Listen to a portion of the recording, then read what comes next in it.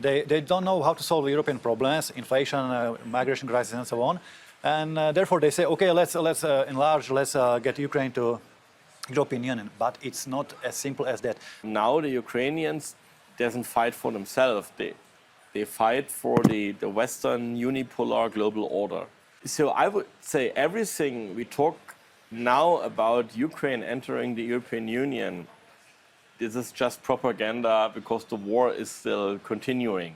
It's just making promises, it's making propaganda to encourage the Ukrainians to continue fighting. So I don't give a lot of... But why? What will be the interest of pushing them to keep fighting? Because the big game is to push the Russians out of Europe. I mean, we have seen it with the destruction of our Nord Stream pipelines, with the sanctions. We had very favorable economic trade relations with Russia. Everything is destroyed now. We had good cultural relations with the Russians. It's destroyed now. So the big game is the West still the only superpower of the whole world or not? And the Russians are questioning the West superpower view. So we say there are different layers. For instance, there is the layer that there are two nations fight on their independence, but there is also the layer that especially the United States and the West wants to push the Russians back out of Europe.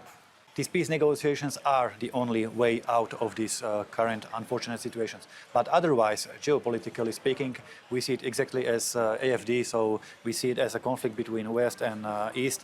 Will Ukraine ever become a member of the European Union? I would say this is not in the hands of the European Union.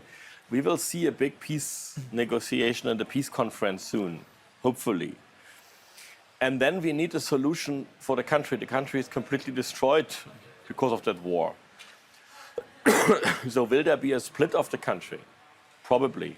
Bringing Ukraine to European Union right now, I'm not talking about the future, of course, that could be different, but right now would destroy neighboring countries, Poland, Slovak Republic, Hungary, and so on, because we saw it already. We saw it when it comes to Ukrainian grain being imported to our markets. We see it now. There are protests of truckers in Poland and Slovak Republic because the Ukrainians are taking jobs from our companies. The agriculture of Ukraine would literally destroy the European Common Agricultural Policy and our agriculture. So it is very sensitive issue which should be treated very, very carefully, not just, welcome to the European Union, no rules to follow. Look at the Balkans.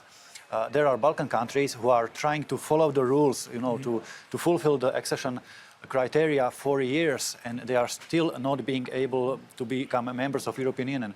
Romania and Bulgaria, they still are not members of Schengen area, for example. And now a European Commission will come to Ukraine, which is a country, unfortunately, but still in war, in conflict, without its territory being protected and so on.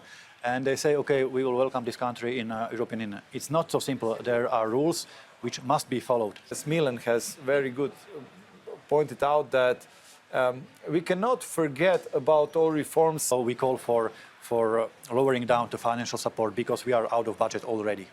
The left wants to have a European superstate and then only little tiny provinces. In the new model of the European Commission, the European institutions, is this supranational organization. They know they have a clear enemy for them. There are the nation member states. And so they always support, be it legal or illegal, everything that destroys the national sovereignty. To destroy everything and then build a new superstate, as Max said, which will be controlled by Brussels, by European bureaucrats. That's it.